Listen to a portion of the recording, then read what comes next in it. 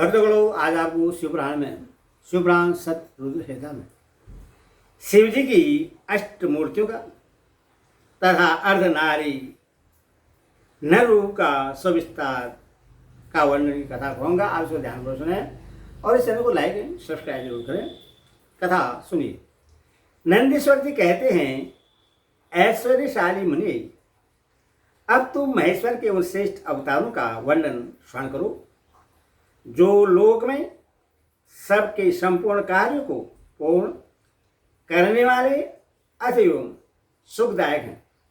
तार यह जगत उन परमेश्वर शंभु की 8 मूर्तियों का स्वरूप भी है।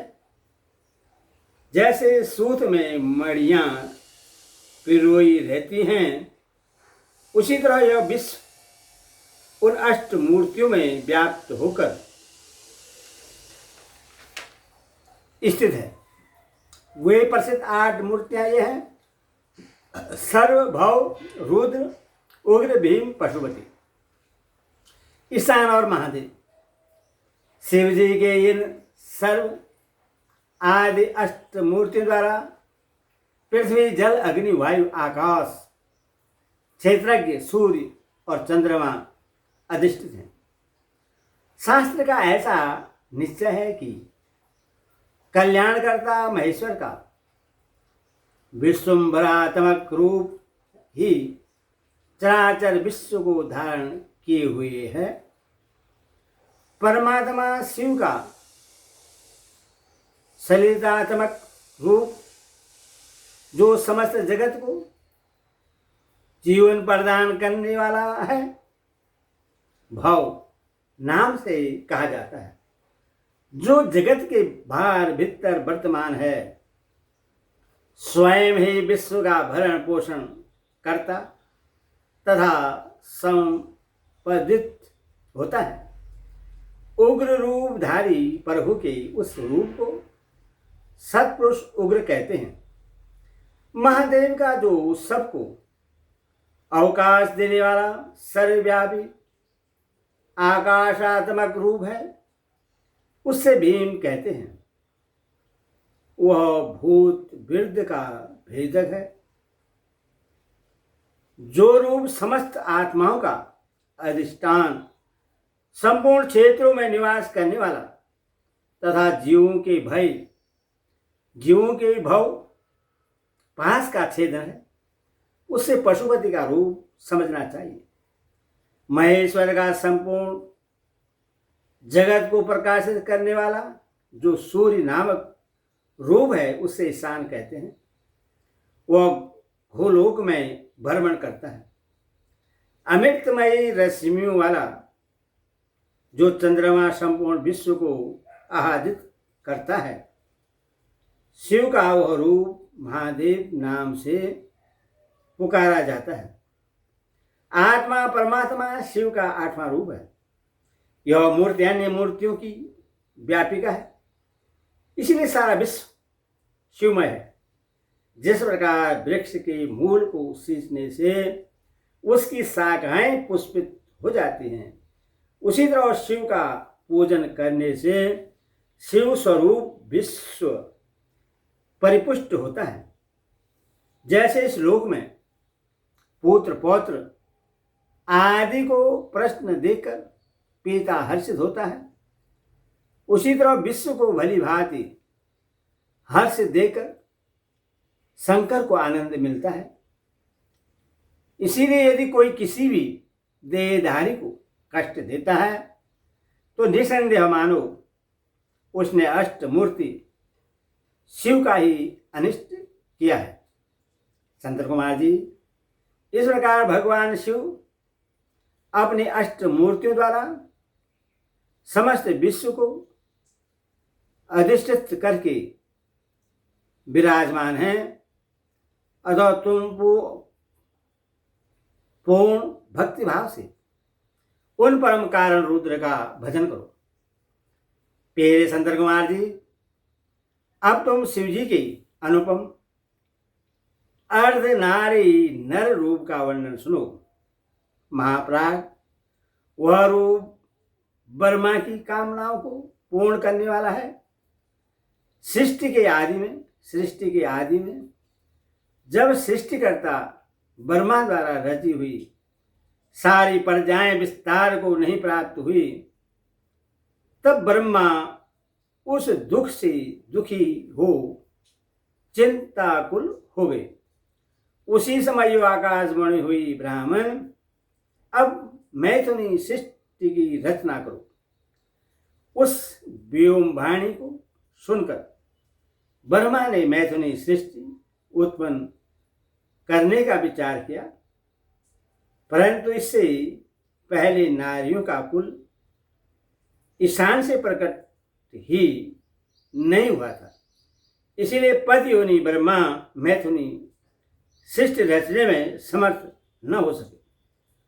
तब वे यो विचार कर कि शंभु की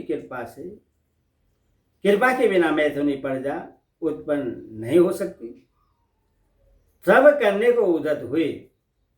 उसी समय ब्रह्मा पराशक्ति शिवा सहित परमेश्वर शिव का प्रेम पूर्वक हृदय में ध्यान करके घोर तप करने लगी। तदंतर तपोनुष्ठान में लगे हुए ब्रह्मा के उस तीव्र तप से थोड़ी समय में शिव जी प्रसन्न हो गए। तब वे कष्टहारी शंकर पूर्ण शरीरानंद की कामदा मूर्ति में प्रविष्ट होकर अर्ध नारी नर के रूप से ब्रह्मा के निकट प्रकट हो गए। उन देवादिदेव शंकर को पराशक्ति शिवा के साथ आया हुआ देख ब्रह्मा ने दंड की भांति भूमि पर लेटकर उन्हें प्रणाम किया और फिर वे हाथ जोड़कर स्तुति करने लगे। तब विश्वकर्ता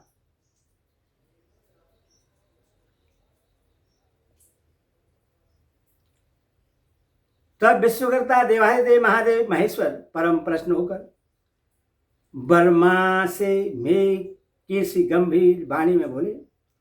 ईश्वर ने कहा, महाभाग वत्स, मेरे प्यारे पुत्र पितामह, मुझे तुम्हारा सारा मनोरथ पूर्णतः ज्ञात हो गया है। तुमने जो इस समय प्रजाओं की वृद्धि के लिए घोर तप किया है, तुम्हारे उस तप से मैं प्रसन्न हो गया हूं और तुम्हें तुम्हारा अभिष्ट प्रदान करूंगा। यो स्वभाव से ही मधुर तथा परम उदार वचन कहकर शिवजी ने अपने शरीर के अर्धभाग से शिवा देवी को पृथक कर दिया। तब शिव से पृथक होकर प्रकट हुई उन परमा शक्ति को देखकर ब्रह्मा विनम्र भाव से प्रणाम करके उनसे प्रार्थना करने लगे। ब्रह्मा ने कहा, शिवे, सृष्टि के प्रारंभ में तुम्हारे पति देवादिदेव परमात्मा शंभु ने मेरी सृष्टि की थी और मेरे द्वारा सारी प्रजाओं की रचना की थी। शिवे, तब मैंने देवता आदि समस्त प्रजाओं की मानसिक सृष्टि की है, परंतु बारंबार रचना करने पर भी उनकी वृद्धि नहीं हो रही है। अतः मैं स्त्री पुरुष के समागम से उत्पन्न होने वाली सृष्टि का निर्माण करके अपनी सारी प्रजाओं की वृद्धि करना चाहता हूं, किंतु अभी तक तुमसे अक्ष नारी कुल का पारगत्य नहीं हुआ है।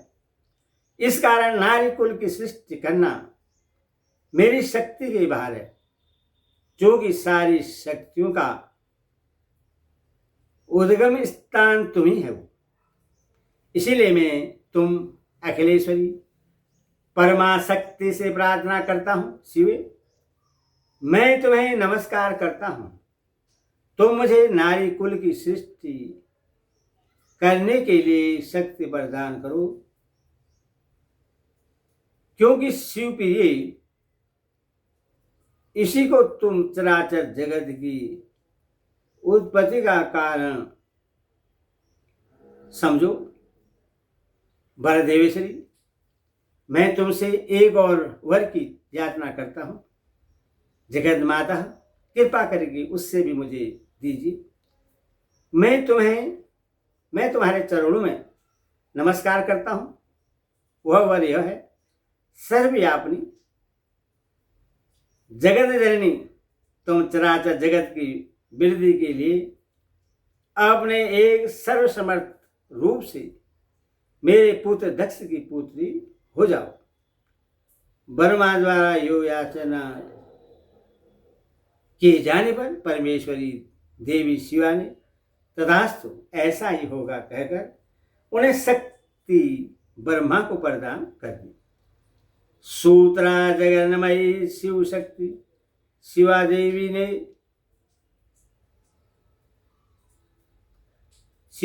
अपने भवों के मध्य भाग से अपने ही समान प्रभाव वाली एक शक्ति की रचना की।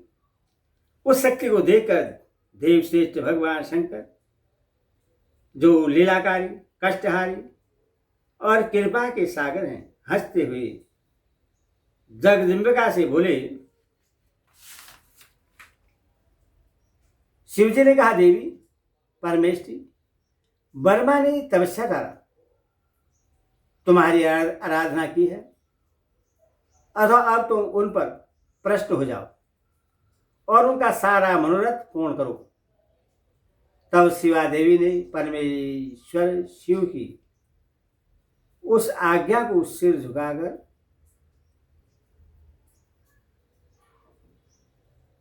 ग्रहण किया और ब्रह्मा के कथनानुसार दक्ष की पुत्री होना स्वीकार कर लिया। मुने, इस प्रकार शिवा देवी ब्रह्मा को अनुपम शक्ति प्रदान करके शंभु के शरीर में प्रविष्ट हो गई। तर्वसा भगवान शंकर भी तुरंत ही अंतर्ध्यान हो गए। तभी से इस लोक में स्त्री भाव की कल्पना हुई और मैथुनी सृष्टि चल पड़ी। इससे ब्रह्मा को महान आनंद प्राप्त हुआ। तात, इस प्रकार मैंने तुमसे शिवजी के महान अनुपम अर्धनारीश्वर रूप का वर्णन कर दिया। यह सत्पुरुषों के लिए मंगलदायक है। ओम नमः शिवाय, ओम नमः शिवाय।